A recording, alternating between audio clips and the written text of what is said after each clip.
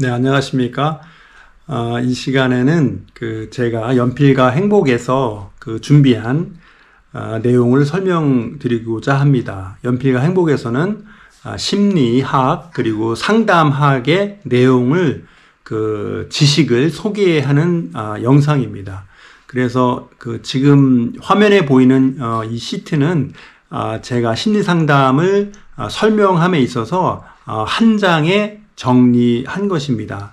그래서 특별히 노란색으로 표시한 것을 우선 중점적으로 보고 이해하면 좋겠습니다. 그래서 내용이 압축이 되고 범위가 한정되니까 더 좋겠죠. 그런데 그거보다 더 간단하게 설명할 수 있는 방법은 없을까?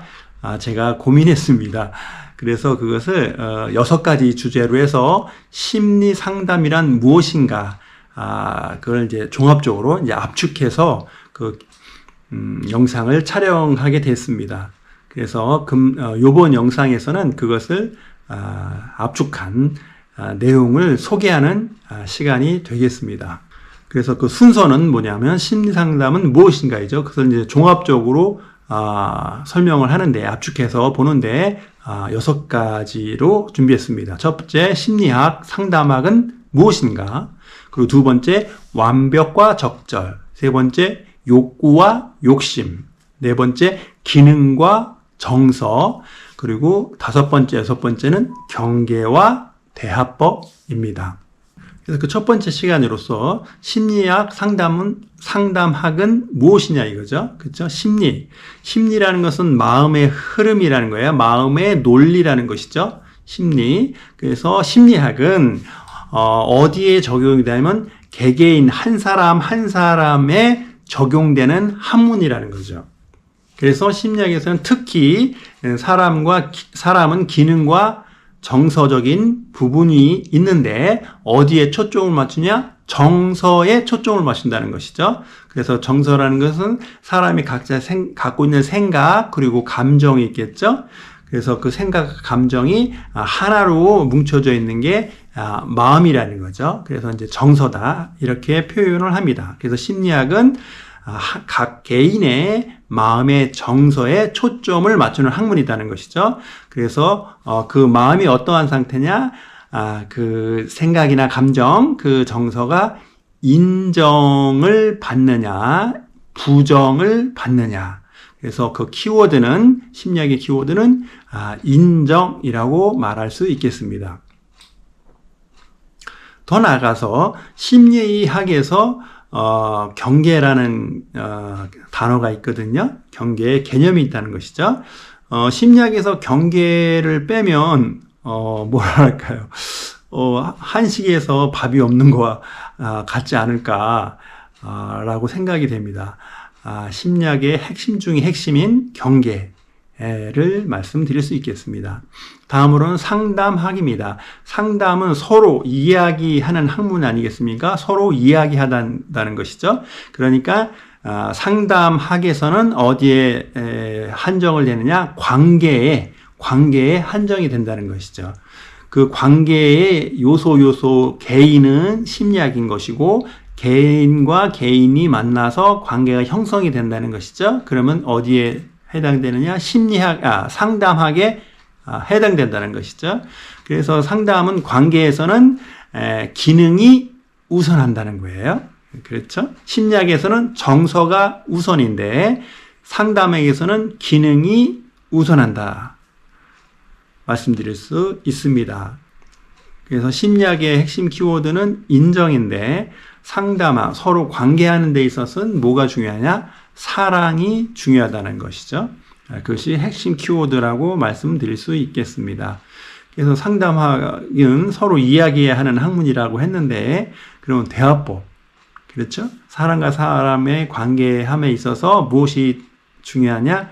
대화하는 방식, 대화법, 대화의 형식이 중요하다.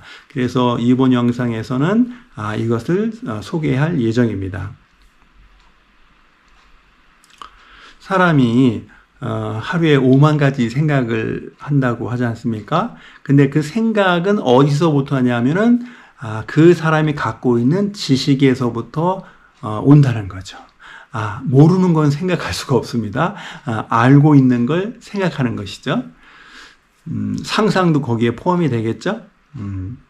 그런데 지식에서 생각이 나오는 것이고, 그 생각 중에서 내가 이것이 중요하다 싶으면 그것이 가치관이라고 명명을 하는 것이고, 그 가치관이 감정과 하나가 되면 신념이 되는 것입니다.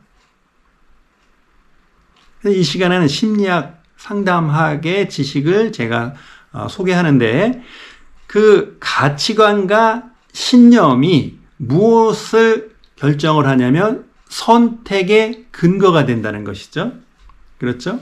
우리 인생은 선택의 연속 아니겠습니까? 그런데 그 생각이, 가치관과 신념이 어디서부터 출발하냐면 지식에서 출발한다는 거예요.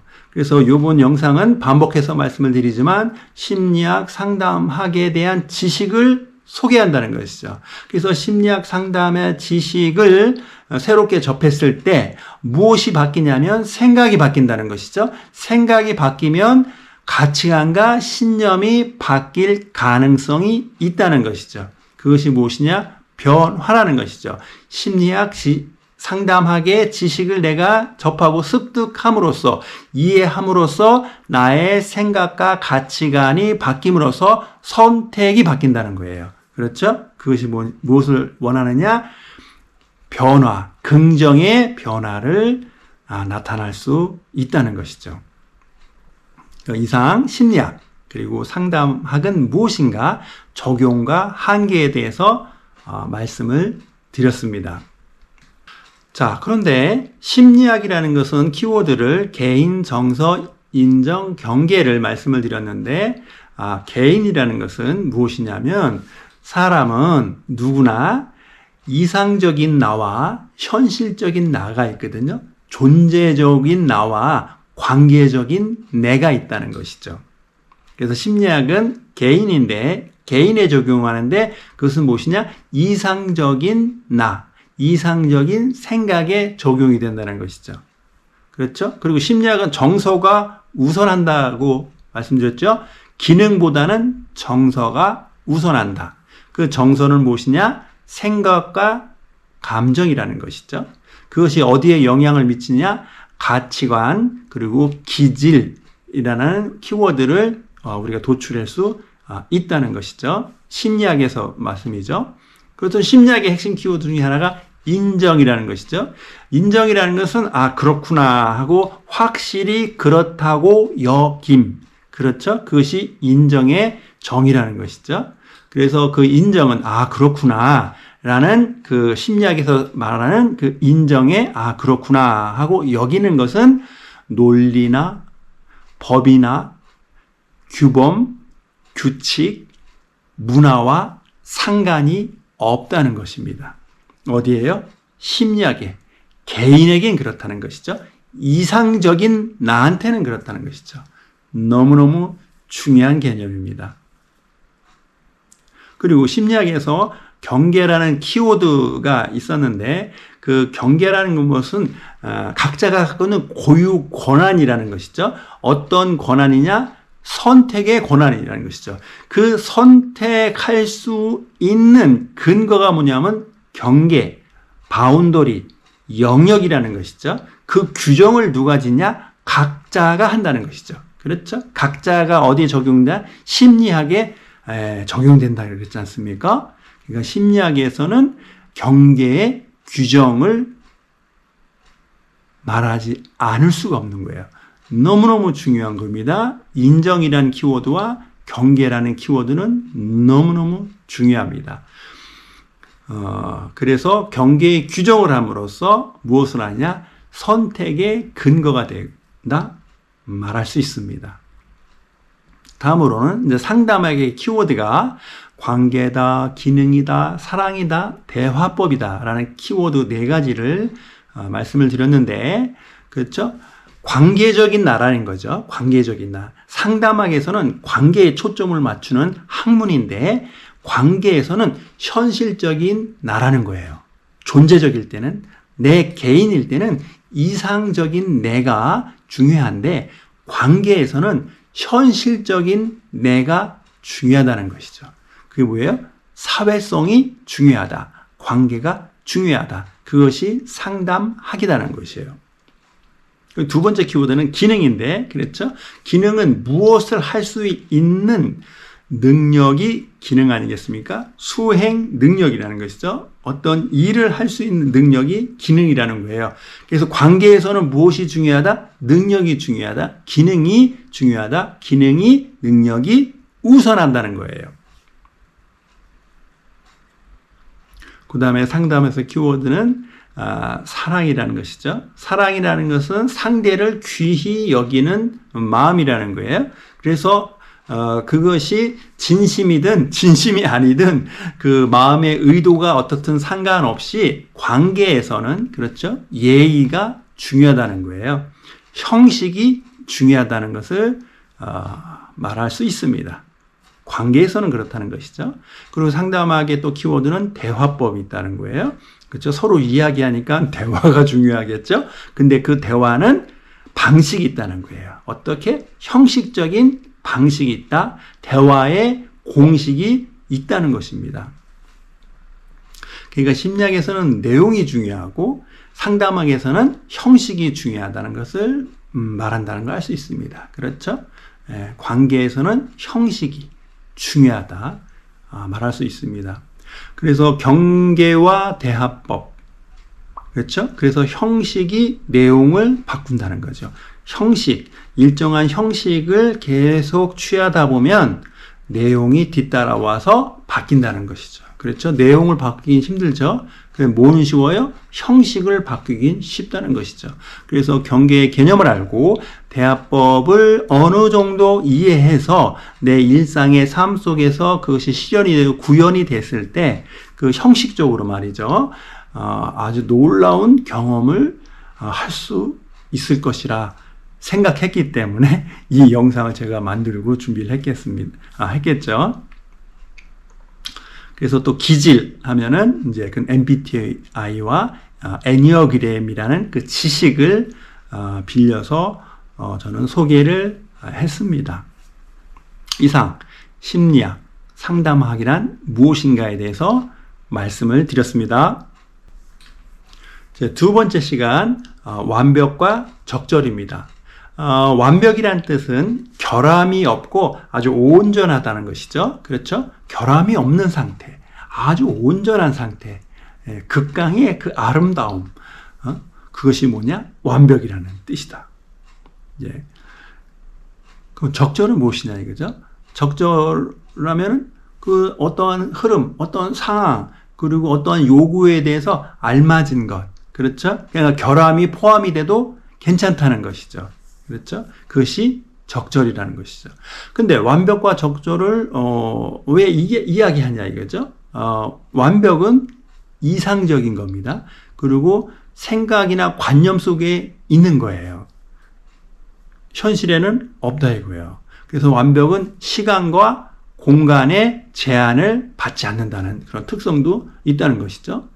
그럼 적절은 무엇이냐? 현실의 세계에 적용이 된다는 것이죠. 그리고 물질의 세계에 적용이 된다는 거예요. 그리고 시간의 제한을 받고 공간의 제한을 받는다는 것이죠. 그래서 심리 하면은 이상적인 나라고 그랬죠. 그러면 상담은 현실적인 나, 관계적인 나라고 했지 않겠습니까? 그러니까 완벽을 추구한다는 것은 나 혼자 있을 때 적용하면 된다는 것이죠. 근데 관계를 이루면 적절한 것을 적용해야 된다는 거예요.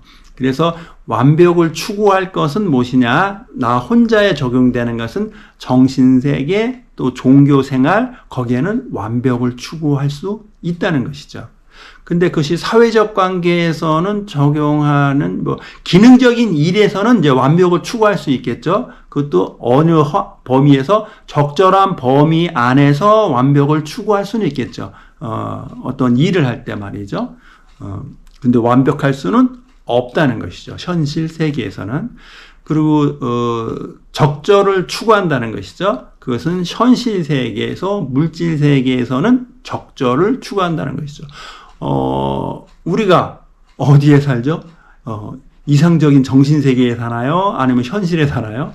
사람은 철저하게 현실에 살 수밖에 없겠죠. 그러니까 어디에요? 관계에서는 현실에서는 적절을 추구하는 게 맞습니다. 그것이 이제 반대로 적용이 되면 이제 인생의 삶에 엇박자가 나겠죠. 그러면 이제 완벽과 적절에서 이제 질문이 있다는 것이죠. 완벽과 적절을 왜 구분하냐 이거죠. 그리고 완벽과 적절을 어떻게 적용하면 좋겠냐는 것이죠. 그래서 사람은 완벽해지는 성향이 있다는 거예요. 그래서 영혼을 추구하는 마음, 아름다움을 추구하는 마음이 사람에게는 누구나 있다는 것이죠. 그런데 사람의 고통의 시작이 어디서 있냐면 그 유한한 현실 속에서 완벽함과 영원함을 기대하고 적용하고 시도할 때 고통이 시작된다는 것이죠. 우리 삶 속에서는, 우리 일상에서는 적절만을 생각하고 적용하면 좋습니다. 그래서 내 현실에서, 일상에서 완벽을 적용하는 순간, 그렇죠? 고통의 시작이라고 말할 수 있습니다.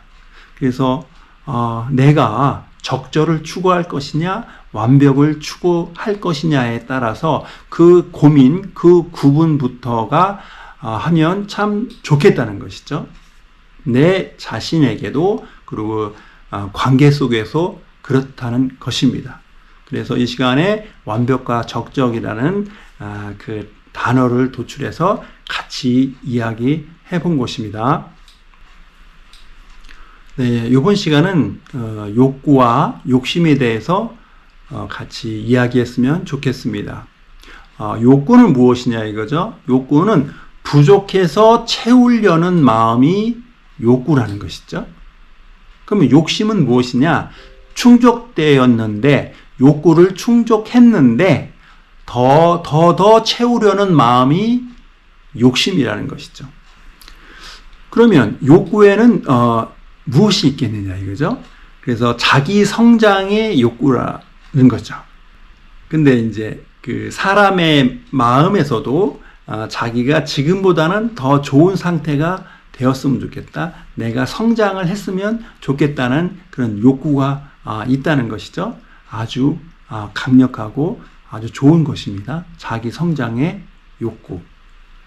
그리고 또 사람에게는 원초적인 욕구가 있다는 것이죠. 그것은 그 사람의 3대 욕구인 식욕, 성욕, 수면욕, 그것이 있다는 것이죠. 이 세 가지가 부족했을 때는 어떻게 된다고요?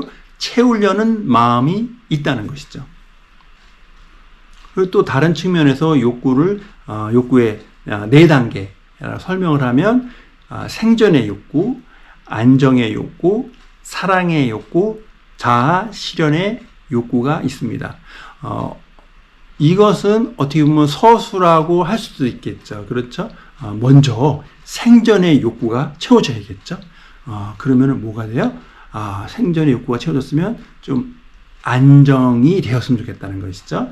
마음의 안정, 물질의 안정, 또 미래에 대한 안정이 있었으면 좋겠다는 것이죠. 그리고 안정의 욕구가 채워졌으면 사랑을 받고 싶다는 것이죠. 그리고 내가 어떠한 대상을 사랑을 하고 싶다는 것이죠. 그래서 사랑의 욕구를 또 추구하게 된다는 거예요. 마지막에 사람에게서는 어떤 욕구가 있냐면 자기 실현, 자아 실현의 욕구가 있다는 것이죠. 그래서 가장 높은 단계의 욕구겠죠. 그리고 진정한 내가 원하는 게 무엇이냐? 그렇죠? 그 궁극의 그 욕구를 채우는 단계는 마지막이 자기 실현의 욕구가 있다는 것입니다. 그러면 욕구와 욕심에 대해서 같이 이야기하고 있는데, 욕심을 내는 것은 좋은 게 아닌가? 그렇죠. 욕심은 나쁘기만 한가? 그런 생각이 가질 수 있겠죠. 그런데 욕심은 이제 나쁘다고 하지 않습니까? 왜 그러냐면 욕심은 한도 없고 끝도 없기 때문에 채울 수가 없다는 거예요. 그러니까 욕심을 부리면 실패의 시작입니다. 예, 고통의 시작이에요. 왜? 욕심은 한도 없고 끝도 없기 때문에 그렇습니다. 어떻게 보면 이상적인 나를 추구하는 것과 비슷하네요. 현실의 나에서는 욕구는 채우되 욕심을 부려서는 안 된다는 것이죠. 욕심은 충족할 수가 없지 않습니까? 그래서 욕심은 고통의 시작이다. 고통의 시작이 욕심이다. 말할 수 있습니다. 근데 이제 욕구와 욕심에 대해서 말씀을 드리고 있는데, 그러면 두 번째로 욕구와 욕심의 그 구분 한계선이 어디냐 이거죠. 그 경계는 어디냐 이거죠. 그렇죠? 그리고 욕심이 욕구가 될 수는 없겠냐 이거죠. 욕심을 채우는 것은 기본적으로 정당한 거거든요. 욕구를 채우는 것은 정당하다. 근데 욕심을 부리면 고통의 시작이다. 한도 끝도 없기 때문에 안 된다. 라고 말씀을 드렸는데, 그 욕심이 욕구가 될 수 없냐 이거죠. 그렇죠? 아주 좋은 의구심이고 질문이 되겠죠. 첫 번째는 욕심과 욕구를 구분하는 것이 시작이고 중요하다는 거예요. 왜냐하면 선택할 수가 있지 않습니까? 이건 욕구니까 채워야겠구나. 이것은 욕심이니까 내려놔야겠구나. 라고 구분하는 것이 첫 번째 단계고, 그 구분이 되었을 때 선택할 수 있다는 것이죠. 근데 이제 욕구와 욕심은 또 사람이나, 그렇죠? 상황이나 어떤 흐름에 따라서 좀 달라지기도 하겠죠? 그러니까 욕심과 욕구를 적절하게 구분하는 사람은 매우 지혜로운 사람이라는 거예요. 똑똑한 사람이 아니라 지혜로운 사람이 될 수 있다 이거죠. 그렇죠? 그래서 욕심과 욕구가 어디냐, 그 경계가 어디냐, 구분점이 어디냐라는 것을 생각하는 것이 매우 중요하다는 것이죠. 그러면 욕심이 욕구가 될 수 없냐 이거죠. 욕심이 욕구가 되었으면 좋겠다는 것이죠. 아주 좋습니다. 욕구의 첫 번째 소개해드린 게 자기 성장의 욕구라는 게 있지 않습니까? 그러니까 그 욕심이 욕구가 되었으면 좋겠다는 것은 너무나 자연스럽고 아주 좋은 것입니다. 그러려면 어떻게 되냐면, 욕심이 욕구가 되려면 내 마음의 그릇을 키우면 됩니다. 그리고 내 기능을 갈고 닦으면 됩니다. 그러니까 긍정의 변화를 위한 노력이나 시도를 해야 된다는 것이죠. 그래서 내 역량을 키우면 어떻게 되냐? 욕심이 욕구로 바뀔 수 있다는 거예요. 그것이 성장의 이유가 되겠죠. 그리고 이제 그런데 사람에게 있어서는 자기 성장의 욕구도 있지만 게으르고 나태하고 싶은 그런 마음도 있지 않습니까? 그거에 대한 어떤 균형이나 그 밸런스를 잘 맞추는 것이 이 또한 지혜의 영역이라 말할 수 있습니다. 아무쪼록 욕구와 욕심을 구분할 수 있는 지혜자가 되고, 또 욕심을 욕구로 변화시킬 수 있는 자기 성장의 욕구를 충족하는 사람이 되었으면 참 좋겠습니다. 네, 이번 시간에는 기능과 정서입니다. 기능과 정서. 사람을 설명할 때는 기능 곱하기 정서로 말할 수 있습니다. 그러면 기능이란 무엇이냐? 무엇을 할 수 있는 능력이라는 것이죠. 그래서 거기는 어디에서 요구가 되냐면 사회적 관계에서는 기능이 요구가 된다는 것이죠. 그러면 정서는 뭐냐? 사람에게 있어서의 정서는 마음이라는 것이죠. 마음은 생각하는 것과 감정을 마음이라고 합니다. 그래서 정서가 우선이 되는 것은 어디냐? 개인적 관계. 내 자신도 나와 관계하는 거 아니겠습니까?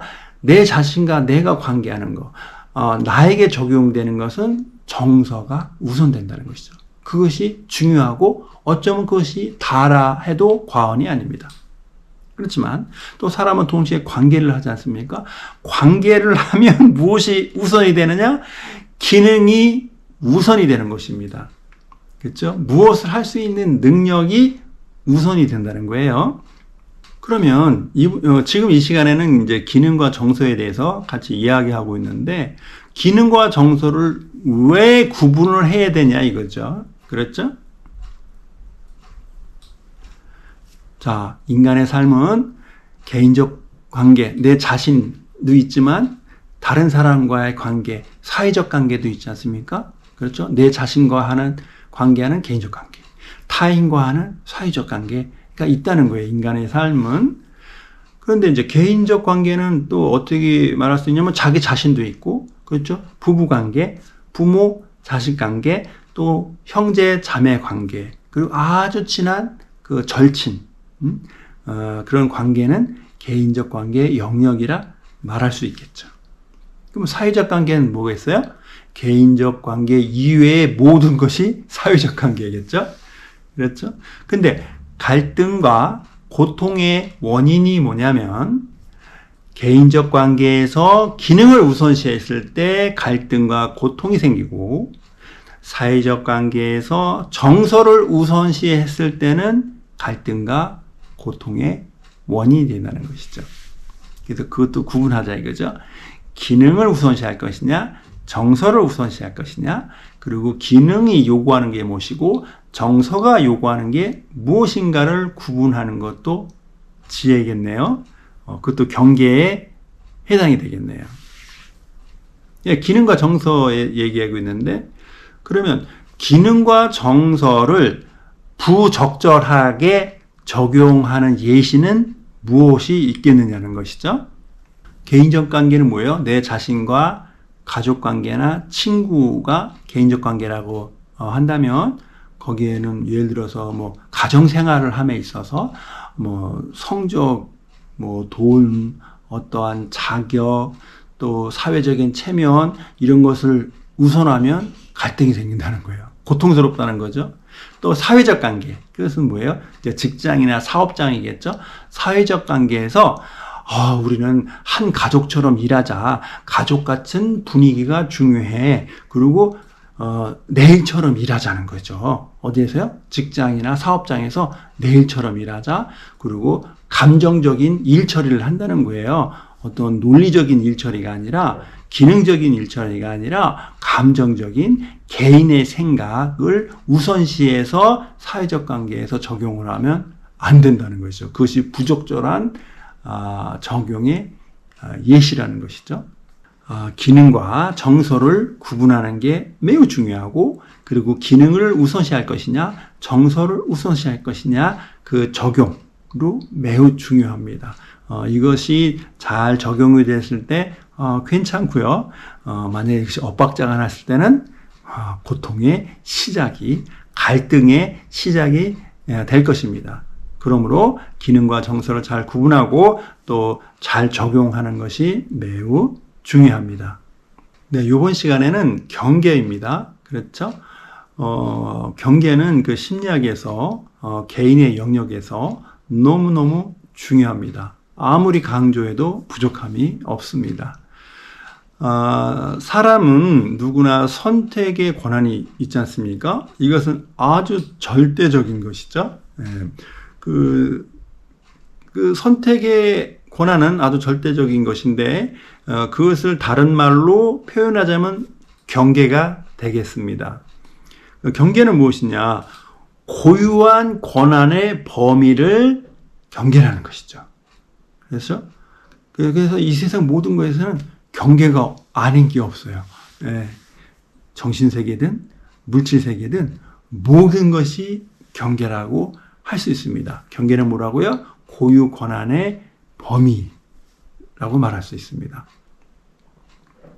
그래서 경계에 의해서 선택이 되고 경계의 규정은 아주 절대적이라는 것이죠. 그래서 경계를 잘 지키면 안정이 유지가 돼요. 안정.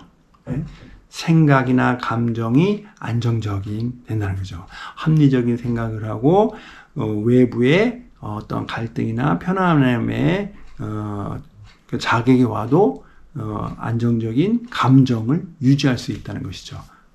경계가 지켜졌을 때. 그러면 경계가 깨진다는 건 무엇이냐? 안정이 깨진다는 거예요. 안정은 사람의 두 번째 욕구에 해당되지 않습니까? 그래서 안정이 깨졌다. 경계가 깨졌다는 것은 무엇이냐? 고통의 시작이요, 갈등의 시작이라고 말할 수 있습니다. 그러면 그 경계를 지키는 방법은 무엇이냐 이거죠. 그리고 내가 내 경계를 지키는 방법, 그리고 내가 타인의 경계를 지켜주는 방법은 무엇이냐 이거죠. 그래서 경계를 지키고 타인의 경계를 지켜주는 방법은 너무너무 많겠죠. 무수히 많을 것입니다. 근데 그것은 대화법에서 아주 간단하게 설명이 됩니다. 그래서 성숙한 사람은 자기와 타인의 경계를 잘 지키는 사람이고요. 미성숙한 사람의 특성은 자기 경계도 잘 못 지키고 타인의 경계를 막 침범하는 사람이라는 것이죠. 성숙한 사람은 내 경계를 잘 지키고 타인의 경계를 침범하지 않는 사람. 미성숙한 사람은 자신의 경계를 못 지킬 뿐더러 타인의 경계를 침범하는 사람이라는 것이요. 어떻게 해요? 나도 모르게 아니면 의식적으로 침범을 한다는 것이죠. 성숙한 사람은요, 내 경계를 잘 지키고 타인의 경계를 침범하지 않는다는 것이죠. 물론 이제 필요에 따라서 침범할 경우도 있겠죠. 근데 기본적으로 원칙적으로는 타인의 경계를 지켜준다. 타인의 경계를 침범하지 않는다 말할 수 있습니다. 그래서 이상 그 경계에 대해서 제 다른 영상을 보면 아주 자세히 설명을 했는데 경계라는 것은 심리학에서 개인에게 있어서 너무너무 중요하다. 이 경계의 개념을 이해하고 있는 것이 매우 중요하다는 것을 말씀을 드렸습니다. 네, 이번 시간에는 대화법입니다. 그래서 상담학에서는 관계에 관한 학문이고 그리고 핵심 키워드는 사랑이라고 말했습니다. 그리고 상담학에서는 대화법이 아주 중요하다는 것이죠. 그래서 대화는 뭐예요? 서로 이야기하다는 겁니까? 대화는 서로 이야기한다. 법은 경계입니다. 또 법은 형식입니다. 뭐가 중요하느냐? 대화하는 형식이 중요하다는 것이죠. 그래서 대화하는 형식을 잘 갖추면 무엇이 이루어지냐? 경계를 지킬 수 있고 경계를 침범하지 않을 수가 있다는 거예요. 괜찮죠? 그래서 그 대화법의 이득은 뭐냐면 서로 간에 상호 간의 경계를 잘 지킬 수 있다. 너무너무 중요하겠죠? 각자가 갖고 있는 고유 권한을 침범하지 않으니까 그렇죠. 그리고 대화법의 이득은 무엇이냐? 의사소통이 가능해진다는 것이죠. 그럼 대화법을 사용을 안 하면 의사소통이 안 되느냐? 네, 안 됩니다. 예. 대화법을 잘 활용했을 때 의사소통이 된다는 것이죠. 그래서 대화라는 것은 무엇으로 이루어지냐?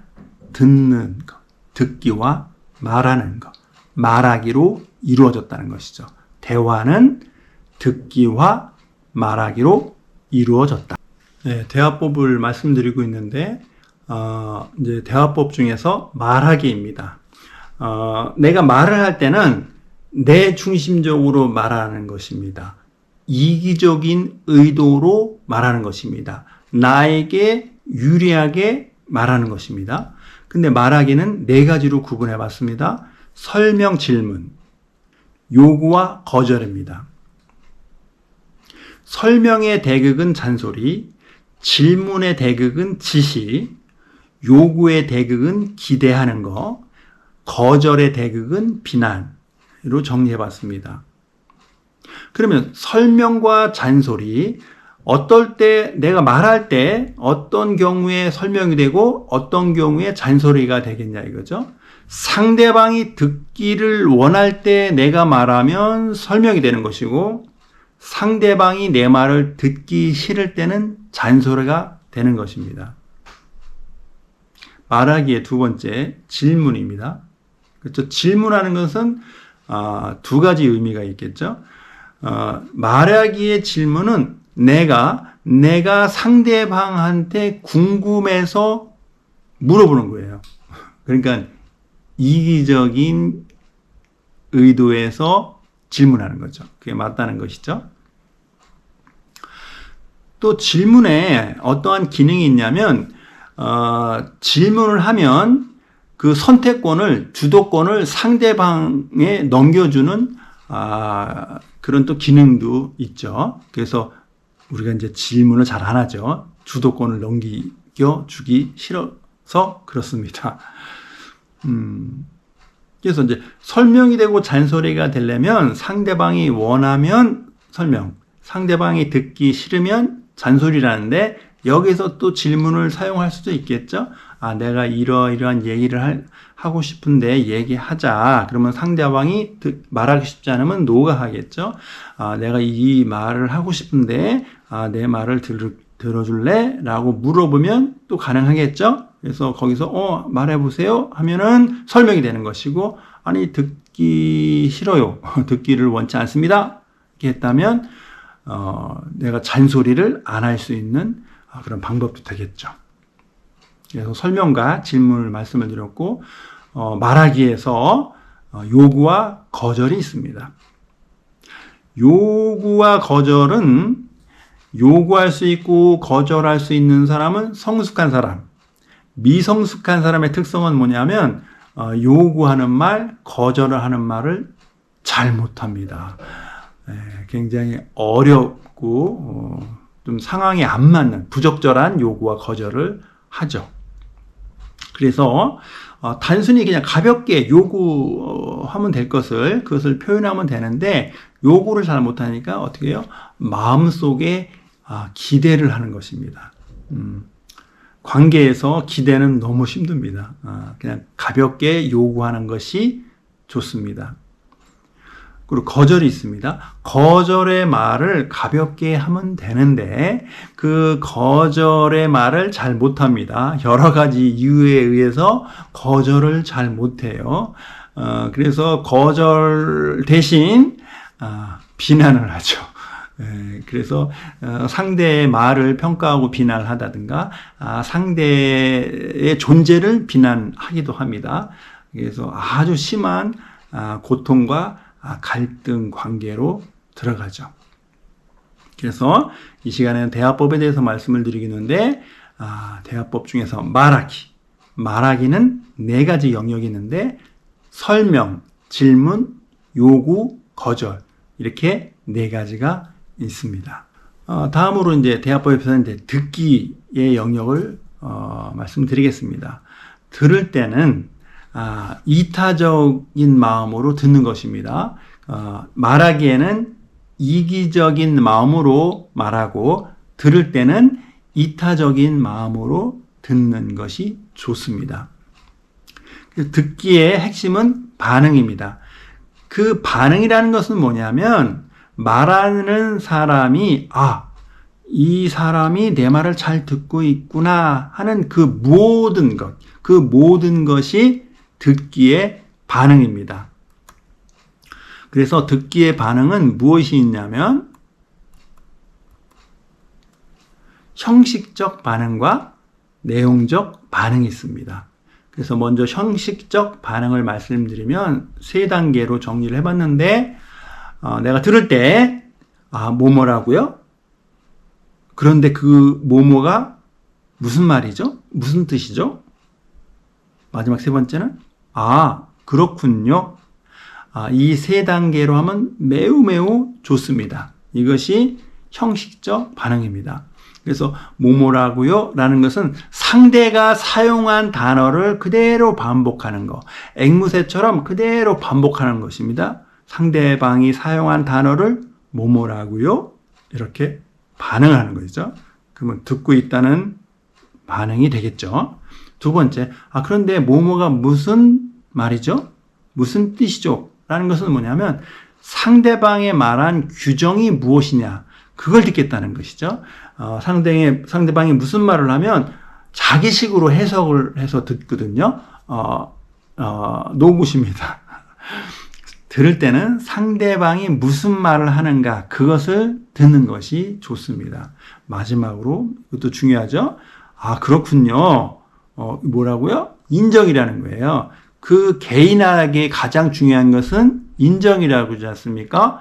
법과 제도와 규범, 문화를 초월한다고 그랬습니다. 그것이 인정이라고요. 상대방의 의도가 어떻든, 논리가 있든 맞든, 그렇죠? 상관없이 그렇구나, 그렇군요 하고 상대방을 인정하기, 존재를 인정하기가 세 번째, 형식적 반응의 세 번째라는 것이죠. 그래서 듣기에서 형식적 반응을 했을 때 의사소통이 가능합니다. 그렇죠? 방법은 쉽습니다. 의사소통이 되는 방법은 뭐뭐라고요? 그런데 그게 무슨 말이죠? 그렇군요. 이렇게 3단계를 거쳐서 이렇게 형식적 반응을 하면서 듣기의 반응이 이루어집니다. 듣기의 두 번째, 내용적 반응입니다. 내용적 반응은 상대방이 어떠한 말을 했지 않습니까? 그래서 당신이 뭐뭐라고 말하니까 내 생각은 이러이러합니다. 당신이 뭐뭐라고 말하니까 내 감정은 이러이러합니다. 라고 표현하는 겁니다. 그렇죠? 그러니까 듣기의 두 번째 내용적 반응은 표현이라고 말할 수 있습니다. 형식적 반응은 인정이 되는 것이고 내용적 반응은 표현이 되는 것입니다. 왜 내가 그 말을 하느냐? 상대방이 어떠한 말을 내가 들었기 때문에 그 말에 대한 나의 생각이나 감정을 바깥으로 드러내는 것, 표현하는 것이 듣기의 내용적 반응이 되는 것입니다. 네, 이상 연필과 행복, 그렇죠? 심리 상담의 지식을 소개하는 연필과 행복에서는 심리 상담이란 무엇인가, 그것을 아주 간략하게 1시간 이내로 설명을 압축해서 설명하기를 원하는 영상입니다. 그래서 6가지 심리학과 상담이란 무엇이냐 이거죠. 그렇죠? 심리학과 상담은 개인 혹은 관계에 대한 공리적인 지식이라는 거죠. 윤리의 지식이 아니라 검증된 지식이라는 거죠. 그래서 그 지식을 통해서 내 생각이 바뀌고 내 가치관이 바뀜으로써 선택이 바뀐다는 것이죠. 그래서 두 번째, 세 번째, 네 번째, 다섯 번째, 완벽과 적절, 욕구와 욕심, 기능과 정서, 경계에 대해서 같이 이야기를 나누었습니다. 그래서 완벽과 적절에서는 적절만을 추구하자는 것이죠. 현실 세계에서는 완벽은 없다는 거예요. 우리 삶 속에서는. 그리고 욕구와 욕심에서는 욕구는 기본적으로 충족하는 것이 맞다는 것이죠. 그것을 말씀을 드렸고, 그 다음에 기능과 정서를 또 구분해 보자는 것이죠. 그것은 이제 사회적 관계에서는 기능이 우선이고, 그 외에 개인적 관계죠. 내 자신이나 부부 관계, 부모 자식 관계, 형제 자매 관계, 친구의 관계에서는 정서가 우선이라는 거죠. 논리보다는, 그렇죠, 마음이 우선이라는 것이죠. 그래서 그것이 이제 기능과 정서를 구분하고 잘 적용하자, 우리가 말씀을 드렸고, 또 경계, 경계에서는 심리학에서 적용되는 키워드 중에 하나란 말이죠.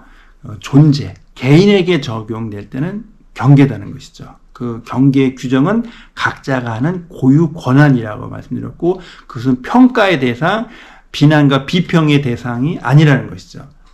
인정의 영역이라는 것이죠. 논리에 상관없이, 의도에 상관없이, 그렇죠? 그 경계, 각자가 정한 경계의 규정을 그냥 그렇구나 하고 인정하면 된다는 것이죠. 그리고 마지막으로는 대화법에 대해서 말씀을 드렸죠. 대화법은 어디냐? 관계에서 적용이 된다는 거죠. 경계는 개인에 적용이 되는 것이고 대화법은 관계에서 이루어진다는 것이죠. 어렵지 않죠? 그렇죠? 대화는 관계, 같은 사람이 있어야 대화가 되니까. 그렇죠?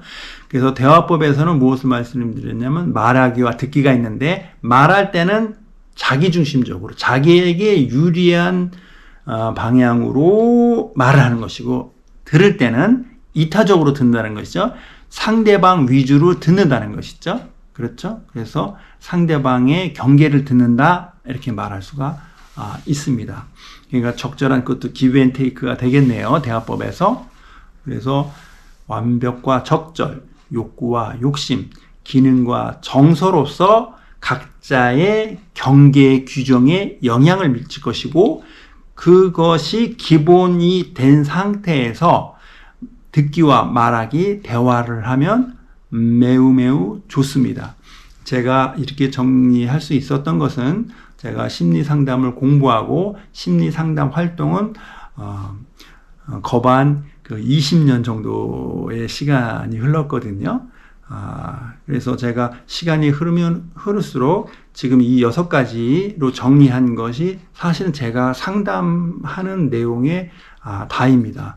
물론 그 이면에는 상담 지식에 대한 일반적인 내용을 이해하고 또 때때로는 적용을 하지만, 큰 뼈대에서는 이 6가지 소개해드리는 것이 이 범주에서 현재는 제가 상담을 하고 있고, 상담 효과가 매우 높은 것을 지속적으로 경험을 하고 있습니다. 그리고 이 영상은 심리상담을 전공하신 분이나 그리고 전공하지 않는 분 모두에게 듣고 또 어느 정도 이해하면 다 써먹을 수 있고 적용할 수 있는 것을 염두에 두고 제작한 영상입니다. 그래서 혹여나 잘 이해가 안 되고 또 낯선 용어들이 있기 때문에 이것을 몇 번 계속 반복을 하셔서 들으면 그 용어가 익숙하고 그 원리가 감을 잡을 수 있단 말이죠. 그래서 이것을 숙달하셔서 각자의 삶 속에서 적절하게 어느 정도 적용을 하더라도 큰 효과가 될 것이라고 저는 그 기대하고 이 영상을 준비했습니다. 네, 고맙습니다.